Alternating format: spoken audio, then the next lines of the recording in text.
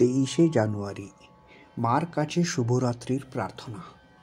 মা, আমার হৃদয় ও মনকে এমন সরল এবং নম্র করে তোলো যে আমার ক্ষুদ্র আত্মা যেন তোমার বিরাট ঐশ্বরিক আত্মায় চিরতরে লীন হয়ে যায়।